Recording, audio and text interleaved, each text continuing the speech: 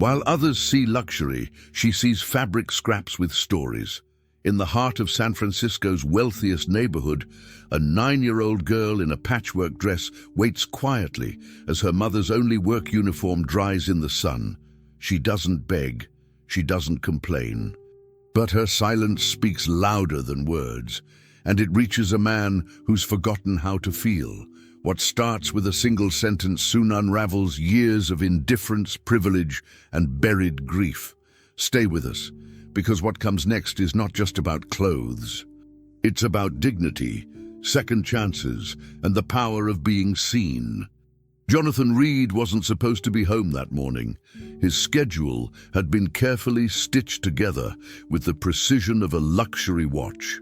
Back-to-back meetings, negotiations with developers in Tokyo, and a working lunch with a senator's advisor.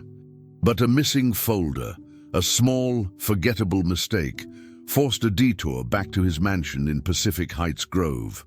As his driver eased into the driveway, Jonathan chose to walk in through the side entrance, mentally rehearsing the bullet points he needed from the folder. But he paused, an instinct he couldn't explain, and turned toward the garden. That's when he saw her, a little girl, standing still by the reflecting pool. She was so still, in fact, that for a moment he thought she might be a statue, a strange new art piece commissioned by someone in his staff without consulting him.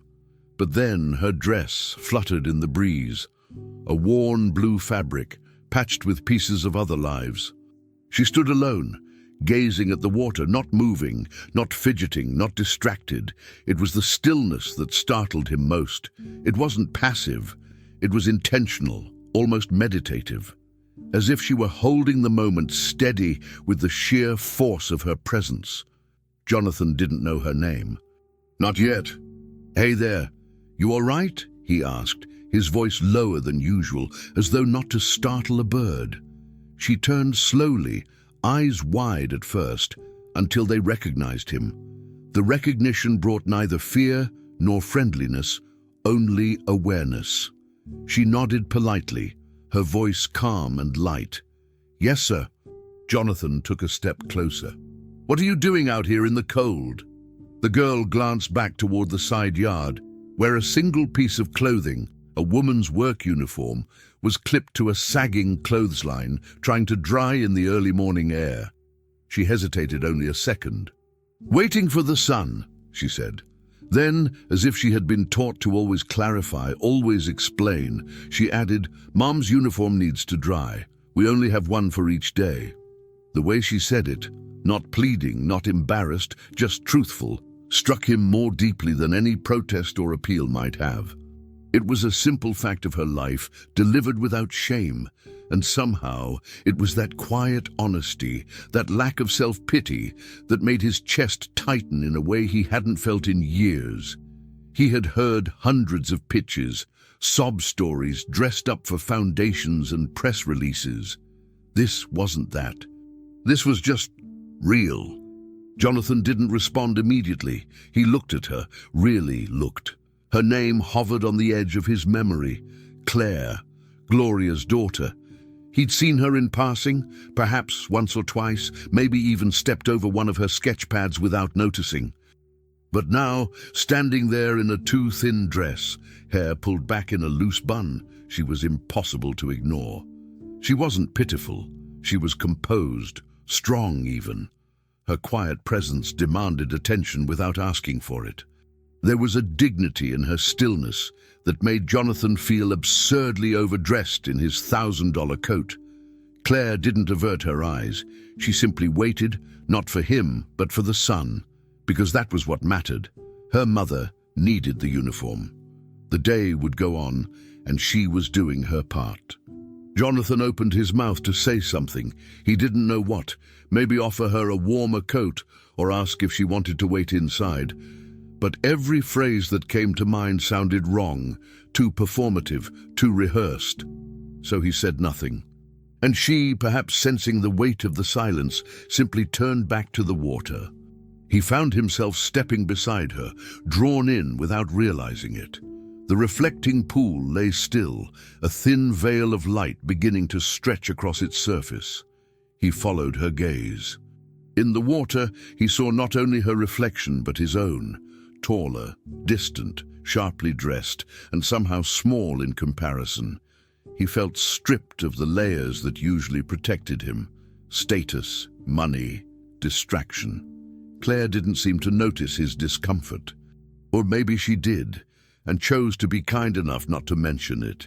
She stood like someone used to waiting, used to the sun taking its time.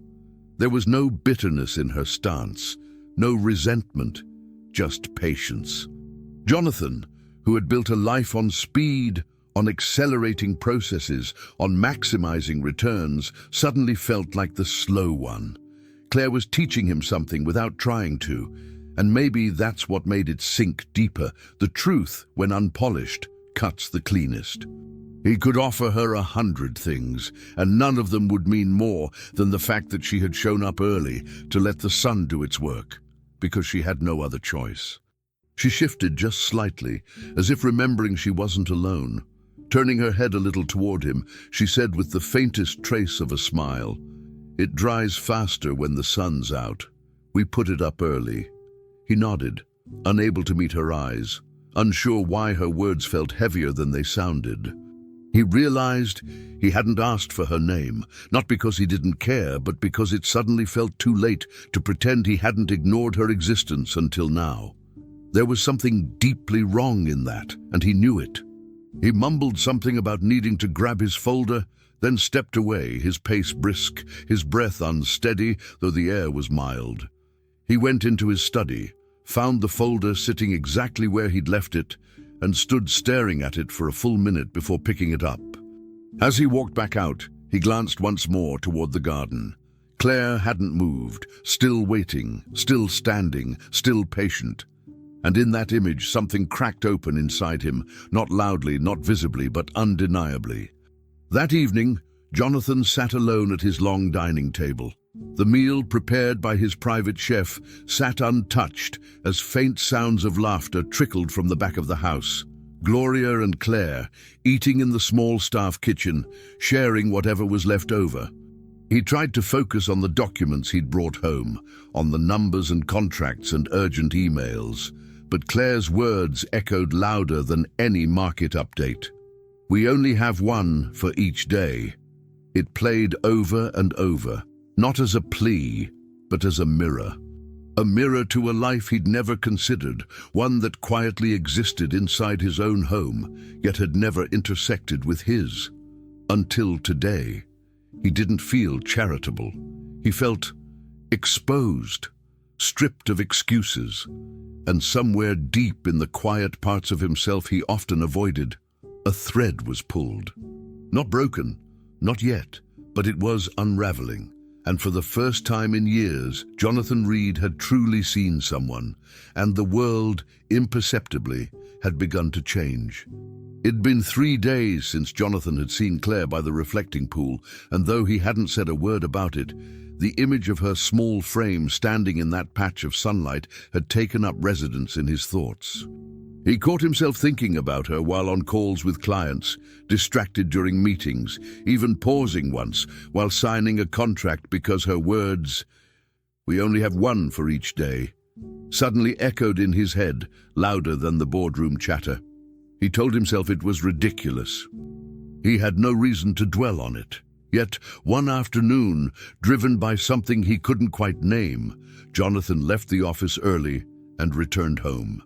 He didn't announce himself, didn't text his assistant to warn the staff. He simply walked in through the side door.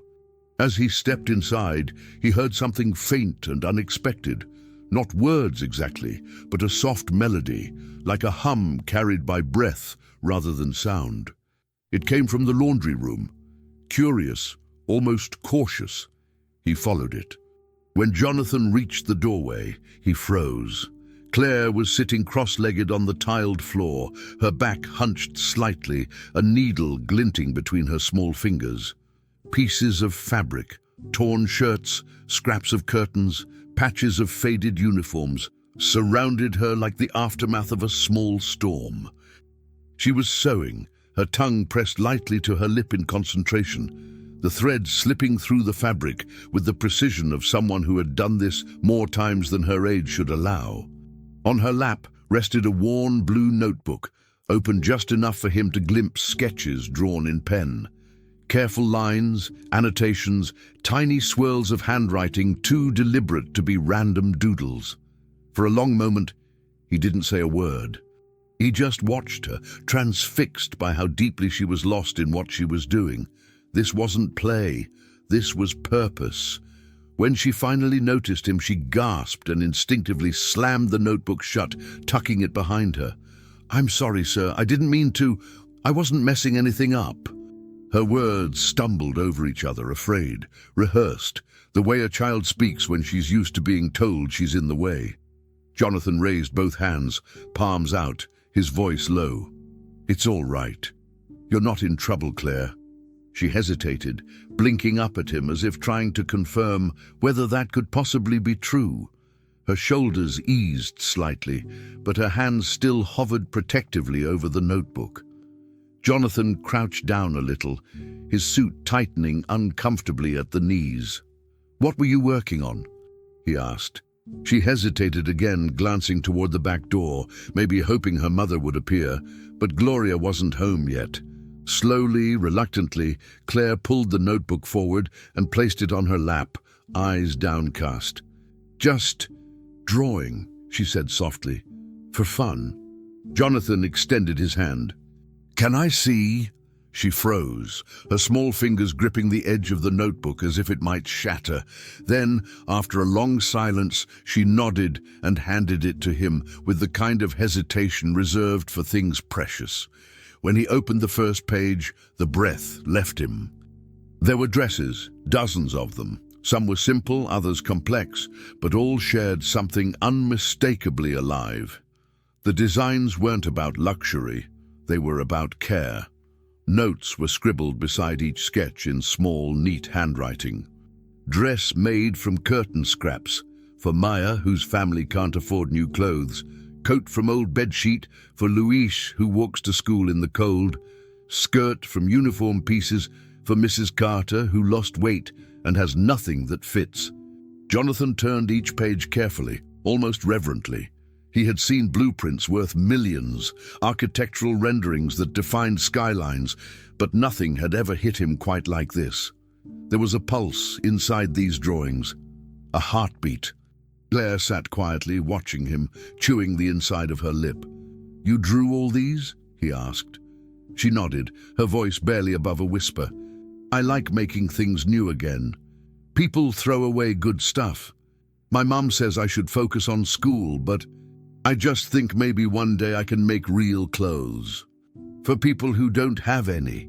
Jonathan's throat tightened. The room suddenly felt too small for what he was feeling. He tried to speak, but the words tangled somewhere between admiration and shame. He realized how blind he had been. To her mother, to the quiet stories happening under his own roof. Claire wasn't just a child. She was an artist, one who saw possibility where others saw trash. He closed the notebook gently, as though returning something sacred to its altar. She watched him closely, as if bracing for disapproval, but Jonathan only looked at her, really looked. "These are beautiful," he said finally, and the sincerity in his tone made her blink in disbelief. "You think so?" "I know so," he replied. "These aren't just drawings, Claire, they're people. You've drawn people into every line." She smiled then, but it was small, uncertain, the kind of smile that belonged to someone unaccustomed to being believed in. "It's just something I do," she murmured, "to help my mom, or maybe to help someone like her." The last words slipped out before she could stop them, and her cheeks flushed. Jonathan wanted to say something, to tell her that she had already done more than most adults ever would. But again, words felt insufficient. So he said nothing. He just kept looking at her, the notebook still open on his knees, and for once the silence between them wasn't awkward. It was full of something fragile and unspoken that both of them instinctively chose not to break. When he finally stood, he handed the notebook back to her. She held it close to her chest, like a secret she wasn't sure she should have shared. "You keep doing what you're doing," he said, his voice quieter now, almost reverent. "Don't stop." She looked at him, a spark of surprise flickering across her face, then nodded. "Thank you, sir," she said, though it came out almost as a question, as if gratitude was unfamiliar territory. Jonathan straightened his jacket, cleared his throat, and turned toward the hallway.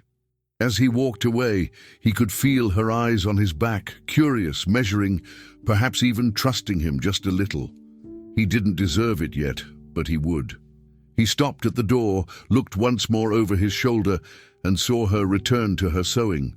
The hum began again, soft, deliberate, a sound of peace in motion, and Jonathan Reed, standing there with something unfamiliar stirring in his chest, realized he had just witnessed something sacred, the fragile intersection of talent, hardship, and hope. For the first time, he didn't feel powerful. He felt human, and maybe, he thought, that was the beginning of something he'd been missing all along. Something had shifted in Jonathan Reed, and it refused to be ignored. The days following the discovery of Claire's notebook were different. He didn't change overnight. People like him rarely did. But his focus began to fracture in places that used to be solid. In meetings, he found himself wondering what Claire was sewing that day. While signing contracts, he imagined the next dress she might draw, what purpose she'd attach to it in her neat little notes. He noticed things now. Gloria coming in a little more tired each morning, her uniform pressed but thinning at the seams. He saw the way her hands moved, not just to clean, but to comfort, to create order in a world that often ignored her. And Claire. Claire saw magic in scraps. When she looked at an old pillowcase, her eyes lit up like someone had handed her silk. Jonathan had never seen someone so young regard waste with such reverence. She wasn't just imagining dresses. She was imagining lives made better through care, through effort, through thread. And for the first time, he realized how much of the world he'd built was meant to impress strangers, while she, without knowing it, was building something that could actually heal. That morning, he stood in the kitchen longer than usual, pretending to scroll through his phone while watching mother and daughter eat. Gloria had scooped rice onto Claire's plate without even looking, a habit of years, her motions practiced and precise. Claire had said something that made them both laugh. Jonathan didn't hear the words, but he caught the rhythm, the familiarity, the affection that existed between them in a language of glances and small gestures. There was warmth there, something real, and it made his chest tighten with something close to envy. He had the kind of wealth that could shut out the world, but they had a kind of bond that invited it in. After the meal, Gloria began tidying as usual, while Claire returned to her Caderno Azul, the one she now kept closer to her chest. Jonathan walked into the room, heart racing more than it should have, and said her name gently. She looked up, unsure if she was in trouble. He didn't sit down. He didn't build it up. He simply said, "Claire, I want to make your drawings real." The words hung in the air, heavier than he intended. Claire blinked. "Real?" she repeated, cautious. He nodded. "Yes. I want to open a space. A real space, a workshop, a place where we take clothes people throw away and turn them into something new, something needed, something beautiful." Gloria had frozen in place by the sink, not daring to interrupt. Claire looked back and forth between them, trying to figure out if this was some kind of joke. "Like an actual atelier?" she asked, the word unfamiliar in her mouth but unmistakable in her eyes. Jonathan swallowed hard. "Yes, with machines and fabric and women who know how to sew. But the ideas, the purpose, that's yours. I want to start with your notebook." Claire looked down, processing. She wasn't smiling. She wasn't excited. She was thinking, really thinking, because what he'd said wasn't a gift. It was responsibility, and she, even at 9, understood that. The silence was thick. Jonathan waited. Gloria finally spoke cautiously. "Mr. Reed, that's a beautiful idea, but it's a lot. Claire's just a little girl." Claire didn't flinch. Her voice was small but clear. "But I already do it. In my head, I already see the pieces fitting." Then she turned to Jonathan and said, "But if we do it, I'm still the one who sews, okay? Even if they help. I don't just draw. I make it happen. I don't want anyone else to take over my stories." The sentence cut through Jonathan like a quiet revelation. It wasn't a request, it was a boundary. One rooted in pride, in ownership, in the knowledge that her vision meant something. He nodded once, firmly, eyes stinging before he could stop it. "You sew," he said, voice hoarse, "always." That was the moment everything shifted again. Not dramatically, not loudly, but like a needle finally piercing fabric. Something new had begun, not because Jonathan had extended an opportunity, but because Claire had claimed her place in it. Gloria sat down slowly, still unsure what this meant, still calculating risk versus dream. But she didn't speak again, and that silence, too, was a kind of permission. Claire flipped open her notebook then, turning to a page she hadn't shown him before. It was a design for a dress made from a janitor's uniform, with notes about making someone feel proud in their work. Jonathan looked at the drawing and saw more than design. He saw justice. He saw redemption. He saw her. In that quiet room, without press releases or witnesses, a plan was born. Not a business pitch, not a PR move. Just an agreement between three people who had, until recently, existed in parallel worlds. Claire would lead the vision. Jonathan would build the structure. Gloria would bring the grounding that kept them both honest. It was a beginning woven from leftovers, not just fabric, but time and trust and second chances. And as Claire returned to her seat, reaching for a patch of yellow cloth she'd saved from an old towel, Jonathan realized the decision he'd made wasn't about generosity. It was about necessity. He needed this as much as they did, maybe more. When Claire looked up again, needle already moving, she didn't ask for more details. She simply said, "Then we better start soon." And Jonathan, with his throat tight and his heart fuller than he could explain, nodded again. Because, for the first time in his life, someone else's purpose had become his own. The warehouse was nothing special when Jonathan first stepped into it.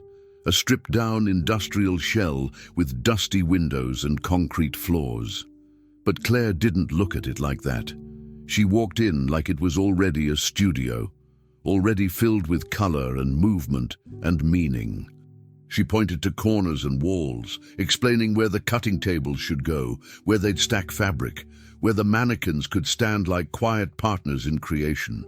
Jonathan listened, really listened, and did something he hadn't done in years. He followed someone else's vision. Within 2 weeks, machines were installed. Some new, some donated, some repaired with the help of retired seamstresses who knew them better than they knew their own kitchens. Women began to arrive. They came from every direction of the city. Some walked, others took 2 buses. They were mothers who'd once sewn their children's clothes at night, grandmothers who remembered the rhythm of foot pedals, immigrants who had fled stories too painful to tell. Claire met each one with the same careful curiosity, not just asking what they could sew, but what they wanted to sew. And for many of them, it was the first time in years or ever that someone had asked. She named the place herself, Thread of Hope. No one questioned it. It fit like something that had always been waiting to be said aloud. Claire would arrive before anyone else, sometimes dragging a bag of scraps almost bigger than her, already sorting colors and textures in her head. She treated fabric like memory, each piece a thread back to someone's forgotten self. She didn't just choose what looked good together, she chose what felt right. A worn flannel shirt might be paired with a faded curtain, not because of design rules, but because she believed they belonged together, like 2 stories reconciling. Every item produced carried a tag with a name and a sentence handwritten by Claire. For Anna, who gave up her winter coat so her son could have one. For Carlos, who never owned anything new but always smiled like he did. The women in the studio started asking for more than fabric. They asked Claire what colors she thought matched their mood that day. Jonathan watched this all unfold with increasing awe. He had seen leadership in boardrooms, sharp, efficient, loud. But this quiet kind of leadership, rooted in empathy, was something else entirely. Jonathan began showing up earlier, sometimes beating even Claire to the studio. He didn't come to manage, not anymore. He came to learn. He watched as they pinned hems, measured inseams, argued gently over thread tension. He fumbled with fabric rolls, pricked his fingers more times than he'd admit, and sat quietly beside the women, asking questions and absorbing more from their stories than from any training manual. He learned that Maria hadn't used a sewing machine in 15 years because her hands had stiffened from arthritis.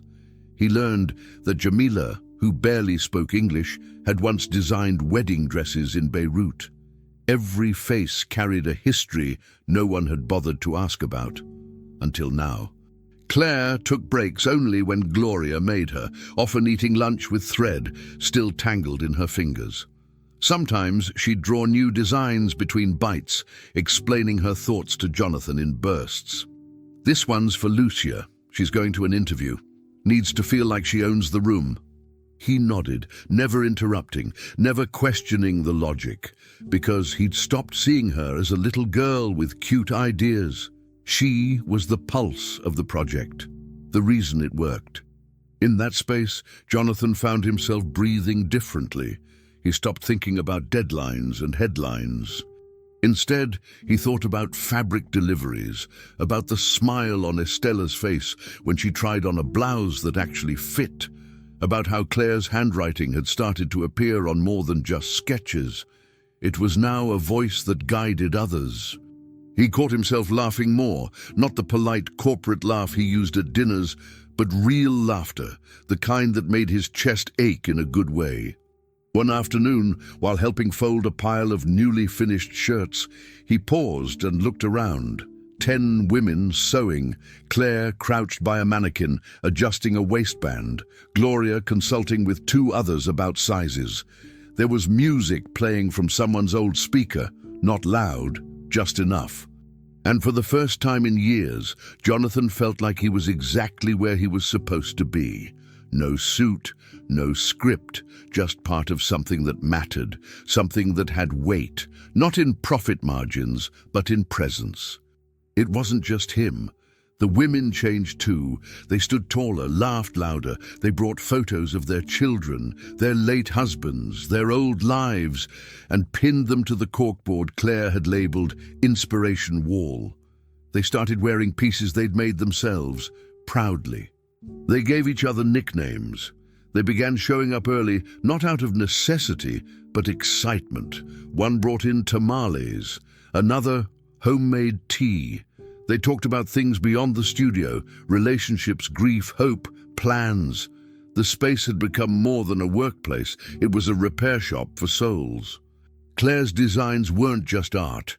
They were permission to be seen, and Jonathan, once a master of luxury real estate, began to understand a new kind of architecture, one made not of glass and concrete, but of trust, respect, and second chances. He realized that dignity didn't come from the cut of a suit or the height of a tower, but from someone finally asking you what story you wanted to tell, and then giving you the tools to stitch it. And so, day by day, Claire became the soul of the atelier, not because she demanded it, but because she earned it. With every sketch, every question, every piece of cloth she treated like gold. Jonathan no longer needed to pretend he understood color theory or hem allowances. He simply showed up, stayed present and listened. He watched her take what the world had discarded and turn it into something someone could walk into a room wearing, not with shame, but with pride. And he knew, deep down, that this was the kind of wealth he had never known to pursue. Not the kind you count in zeros, but the kind that makes you feel less alone. In that warehouse, amid thread, mistakes, stories, and laughter, he met a version of himself he didn't know existed. Not the builder, not the boss, just a man who was finally learning to see. Because inside that humble studio, surrounded by women who had spent too long invisible, Jonathan Reed discovered a kind of luxury that couldn't be bought. It could only be sewn, one stitch, one name, one purpose at a time. Not everyone was ready to see what was changing. The Thread of Hope project had started to ripple beyond the warehouse walls, drawing quiet admiration from local businesses, social workers, and even a few city officials who saw potential in what Jonathan and Claire were building. But within Pacific Heights Grove, a neighborhood carved from money and old hierarchy, the reaction was far less generous. Rumors spread faster than truth. Some residents whispered that the warehouse had become a charity hub, attracting the wrong kind of people. Others said Jonathan was going through a phase, as though empathy were a symptom, but no one voiced their discomfort louder than Becky Collins. She was the self-appointed guardian of the neighborhood's image, her manicure sharper than her logic, her smile never reaching her eyes.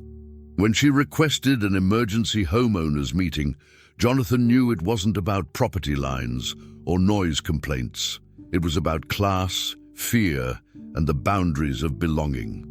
The meeting took place in the community hall, all polished surfaces and shallow courtesy.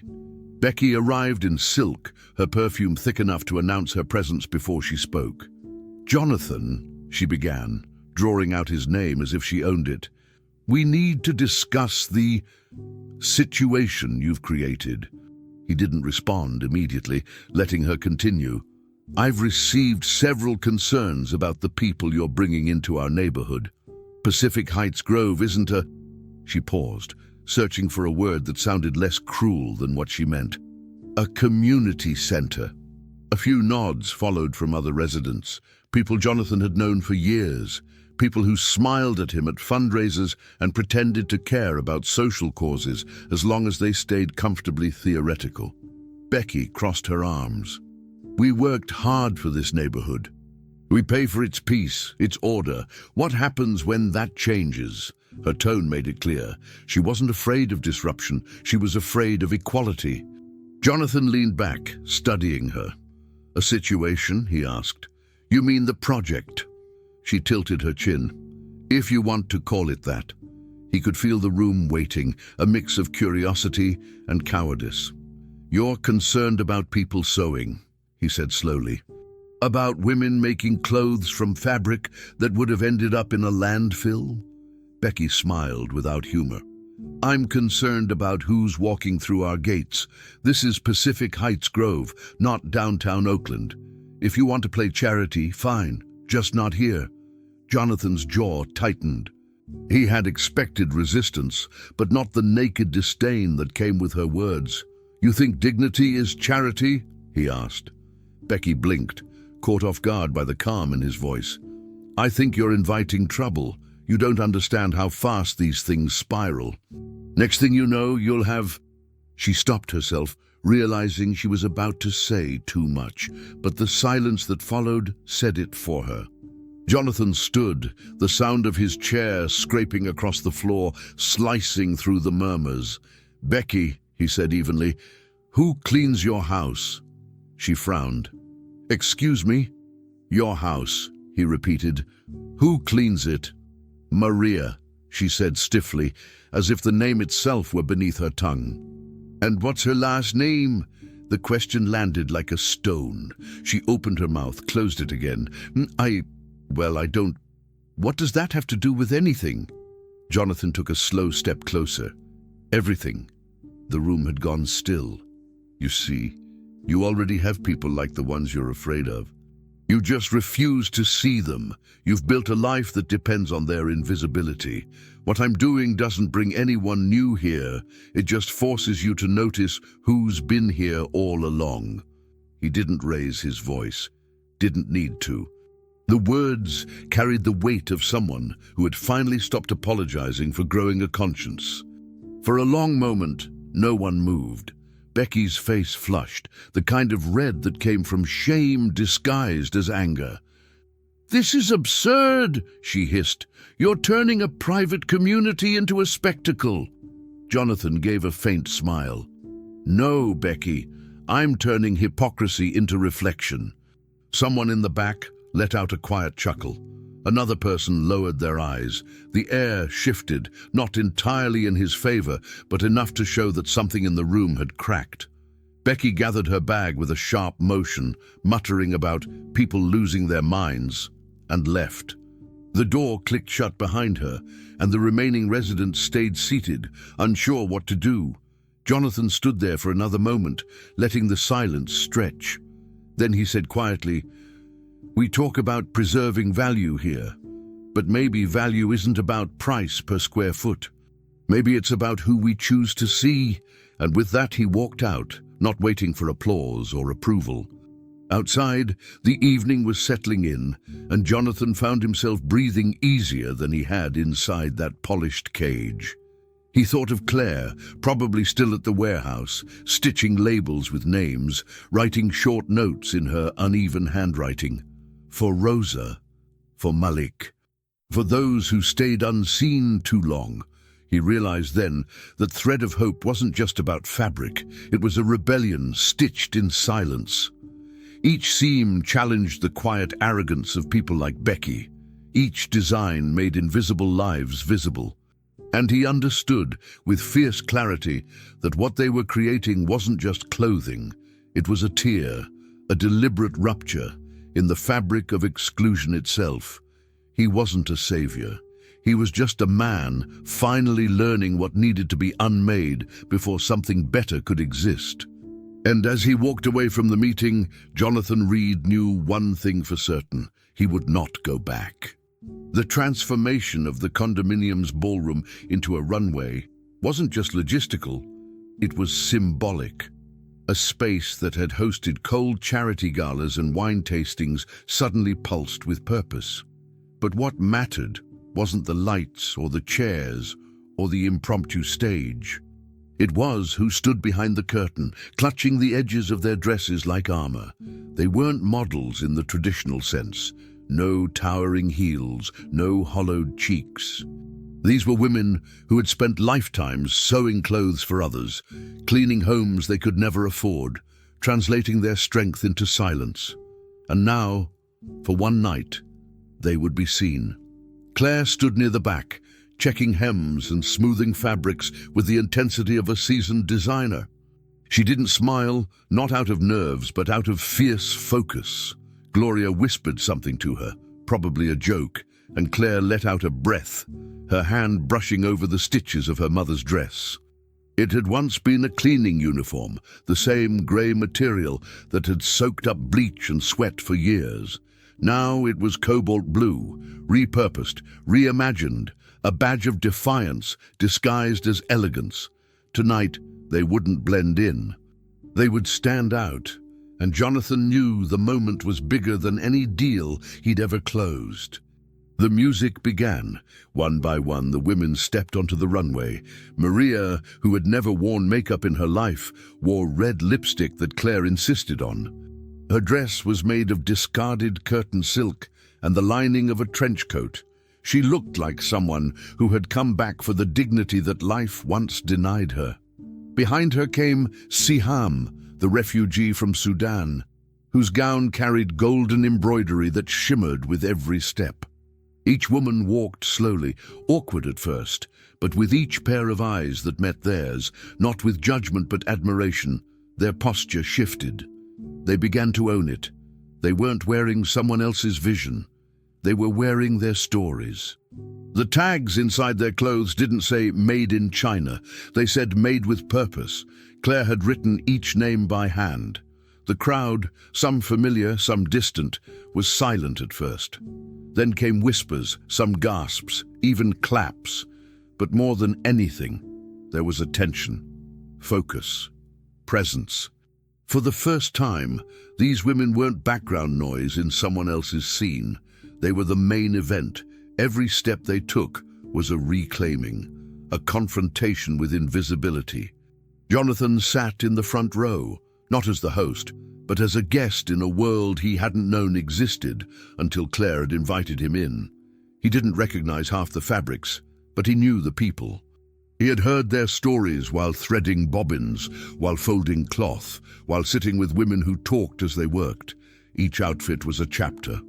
He watched Jamila twirl in a jacket made from a hotel bedsheet, her hands no longer shaking. He watched two teenage girls in matching skirts laugh their way down the runway, sisters of one of the seamstresses, proud to be part of something. And then the room shifted.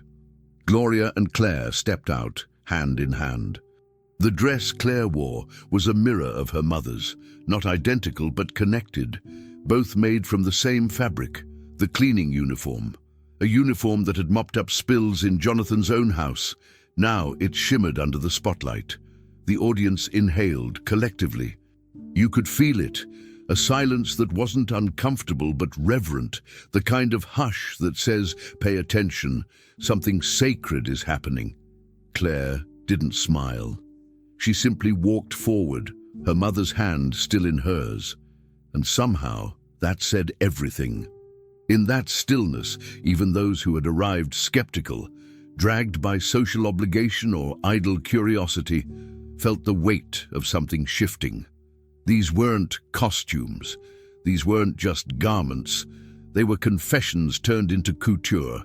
They were declarations of presence. For many in the room, it was the first time they had looked into the face of the woman who'd ironed their shirts, or the child who'd waited in the back seat while her mother cleaned someone else's floors. Becky Collins, dressed in another pale pink designer ensemble, sat stiffly in the third row. Her expression was unreadable, but her hands fidgeted in her lap. Whether or not she wanted to admit it, she was witnessing something that no gate, no rule, no HOA bylaw could reverse. Jonathan didn't look her way. He was focused entirely on Claire. She had stopped at the end of the runway. She glanced at him, not seeking approval, just checking to see if he was still watching. He was, his eyes full. She nodded once, almost imperceptibly, and turned back toward the audience.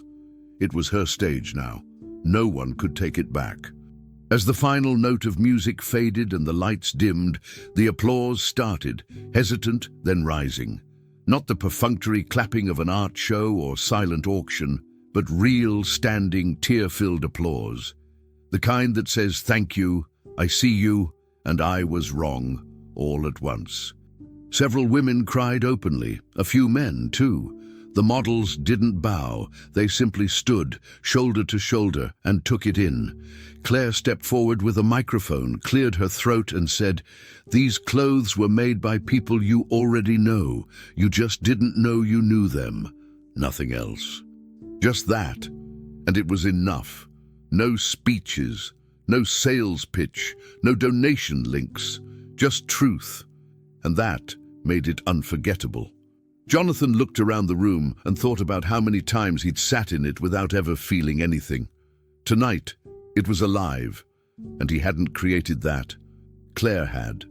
Gloria had. Every woman who sewed in that warehouse had. He had simply been smart enough, finally, to follow their lead. And when Gloria and Claire walked back through the center of the room, hand in hand, the silence returned. But this time, it wasn't awkward. It was reverent, awe-filled. No one tried to stop them. No one dared, because something had shifted, and everyone felt it, even if they didn't understand it. Claire's chin was high, her eyes locked ahead, and Jonathan knew that what he had witnessed tonight wasn't just a fashion show, it was a reclamation, a visible correction to generations of disregard. And the beauty of it, the piercing, aching beauty, was that it came from what others had thrown away. A uniform reborn, a child recognized, a mother exalted. In that one quiet moment, as the final applause died down, the weight of what had just happened settled over the room like truth. For the first time, they were seen, truly seen. Claire Thompson didn't understand what it meant to be newsworthy at first. To her, nothing had changed. She was still sketching on scraps of paper and matching fabric swatches with instinct and imagination. But her world had shifted. After the runway show, local newspapers started calling. Then came fashion blogs, then international publications. One article titled her "The Girl Who Sewed Her Way into the Future." Another simply called her Hope. Designers from New York and Milan sent letters. One from a Brazilian label invited her to collaborate on a capsule collection inspired by resilience and transformation. But Claire didn't care about the cameras or the meetings. What she cared about was making things, real things. The idea of her name on a dress seemed foreign, almost too big to be true. But then the day arrived. She was visiting the new studio Jonathan had helped her set up when one of the seamstresses handed her a finished dress. It was simple, elegant, stitched from discarded white linen. Claire turned it over and saw the label for the first time. 4 small words embroidered in dark blue thread. Claire Thompson, designed by Hope. Her fingers froze. Her heart didn't know what to do with the moment. She stood there for a long time, staring at the label. The fabric didn't matter. The cut didn't matter. What mattered was the name. Her name. In all her drawings, Claire had never signed anything. Not really.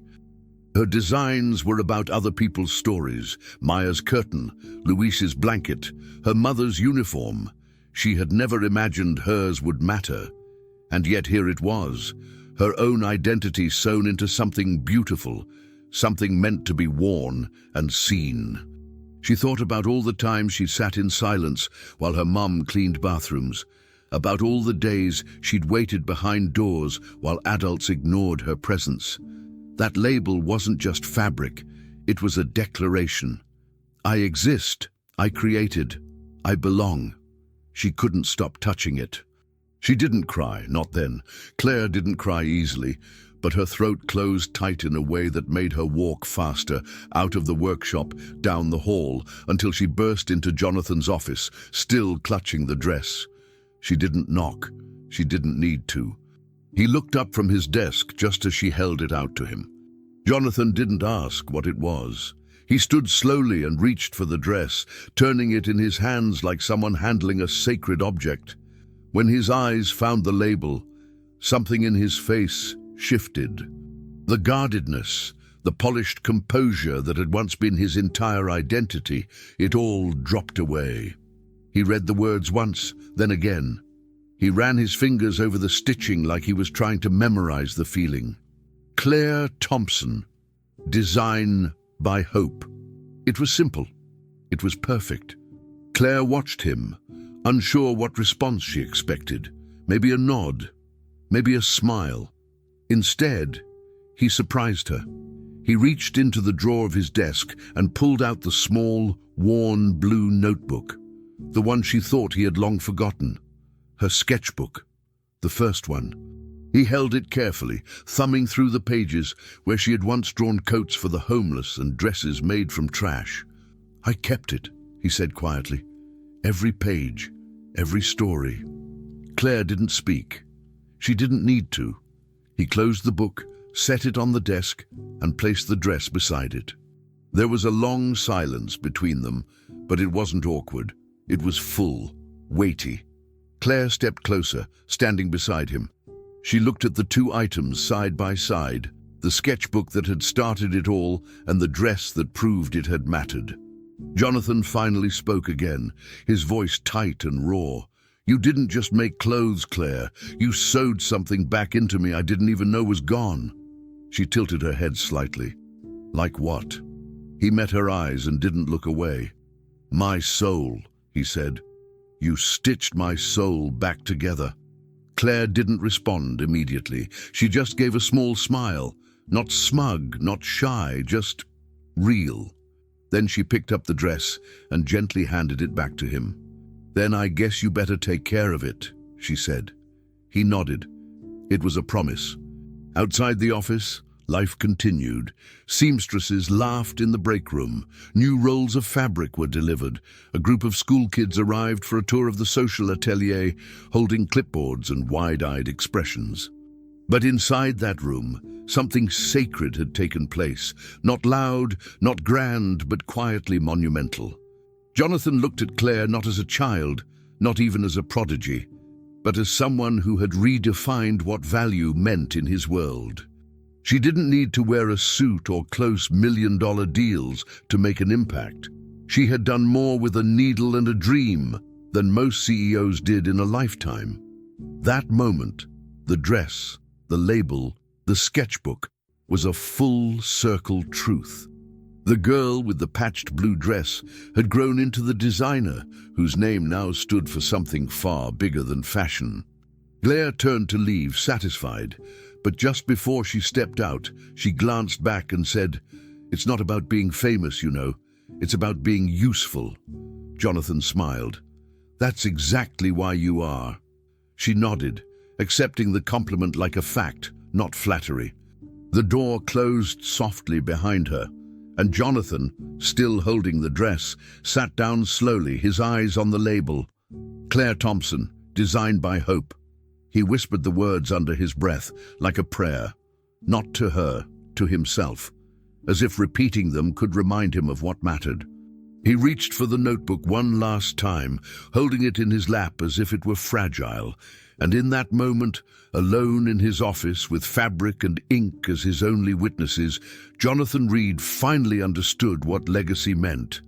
Not buildings, not money, but a name, stitched into truth. 5 years had passed. It didn't happen suddenly, and that was the miracle. The shift had been gradual, almost unnoticeable, like seams stitched into the inside of a garment, quiet but holding everything together. The Thread of Hope project, once just an idea sparked by a child's sketchbook and a man's forgotten empathy, now employed hundreds of women. Grandmothers who thought they were too old to matter again found their fingers useful. Immigrant mothers found purpose and dignity in every stitch. Jonathan watched it grow, not from the penthouse windows he used to hide behind, but from within. He was part of it now, not merely its benefactor. Claire, now 14, had blossomed into a brilliant young designer. She studied fashion on a full scholarship, navigating runways and lectures with the same calm fire she'd once shown sitting on the laundry room floor. Gloria, once invisible in someone else's kitchen, was now director of the atelier, a quiet leader with a clipboard and a voice people listened to. Jonathan no longer wore tailored suits daily or spent nights measuring worth in spreadsheets. Something lighter moved within him now, a simplicity he couldn't explain, but that he felt every time he looked at Claire and remembered. That morning had started like many others. Jonathan had returned to Pacific Heights Grove to retrieve a document from his former home. He still kept a few things in the house, though he rarely visited. It wasn't nostalgia that brought him back, not exactly, just a quiet pull. He parked the car without urgency, letting the keys hang from his fingers for a moment. The driveway looked the same, the hedges still trimmed, the glass still glinting under the Californian sun. But as he stepped inside, everything felt slightly smaller, like clothes that no longer fit. He made his way through the house slowly, passing the kitchen where Gloria used to hum while preparing tea, the hallway where Claire used to sit with fabric scraps and dreams. He didn't touch anything. He just walked, letting memory sit beside him. And then, on impulse, he stepped outside, to the garden, to the spot that had started it all. The reflection pool. It was still there, untouched. He stood in front of it and let himself look. Really look. There was his reflection, older, softened, no longer encased in the sharp edges of corporate armor. But as he stared, something shifted. For the briefest moment, in that glassy water, he saw her again. Claire, 5 years younger, standing with her patched blue dress and that expression of patient resilience. She wasn't doing anything grand, just waiting, waiting for the sun to dry her mother's only uniform. That image had never left him. Not really. It had been the moment his world cracked open. And yet today, standing there again, he saw something different. Claire wasn't waiting anymore. She had become something far greater than he could have imagined. She was no longer the girl who endured. She was the sun now, the source, not the seeker. That revelation gripped his chest in a way he wasn't prepared for. He let out a slow breath, grounding himself in the truth of it. He hadn't just witnessed her transformation. He had been changed by it too. He remembered a conversation they'd had 2 years ago after a particularly long day of meetings with new donors. Claire had come to his office late in the evening, holding a prototype for a school uniform made entirely from recycled fabric. "I want every kid to feel like they matter," she had said, "even when the world acts like they don't." Jonathan had looked at her then and realized she wasn't asking for approval. She was informing him, and he had nodded. Not because he understood the full depth of what she meant, but because he trusted her. She had taught him that power doesn't come from position, but from clarity of purpose, and he, in his own way, had learned to follow. Standing now by the reflection pool, the weight of that moment returned, not with regret, but with gratitude. The man he had been 5 years ago wouldn't have known what to do with a girl like Claire, but now he couldn't imagine who he would be without her. He thought of Gloria next, of her unshakable patience and strength. It had been Gloria who had taught him consistency. She didn't make speeches or demand recognition. She showed up, every day.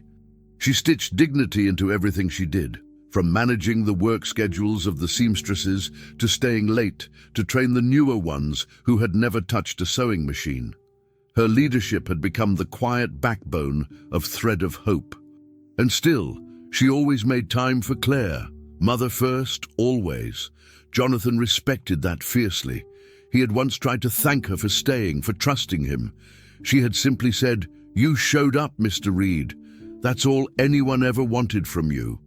It wasn't forgiveness. It was fact. And he carried that truth with him, letting it reshape his understanding of what it meant to lead, to care, to be present. In that way, Gloria, too, had transformed him, not through confrontation, but through quiet example.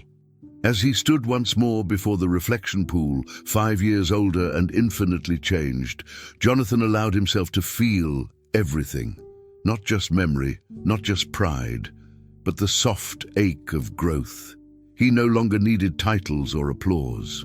He didn't crave the kind of recognition that once filled his calendar. What he needed now was already given, a name whispered in gratitude by women he employed, a quiet nod from Gloria, and a sunbeam in the form of a young girl who once waited for a dry uniform and now lit the path for others. He looked into the water again, and this time he saw both of them, himself, Claire, past and present, braided like thread. And in that moment, he understood the full meaning of what they had built. Not a charity, not a business, but a legacy of seeing what the world had trained them to ignore. Claire wasn't waiting anymore, she was the sun, and he, finally, had learned to see, not with his eyes, but with his whole heart. We poured our hearts into bringing this story to life. Every word, every detail was crafted with love and care, thinking of you on the other side of the screen. If this story moved you, if you saw a part of yourself in Claire, Gloria, or Jonathan, please consider subscribing to our channel. It helps us keep telling meaningful stories like this one. Leave us a comment. We truly read each one, and feel free to explore our other videos too. Your presence here means the world to us. Thank you for being part of our community.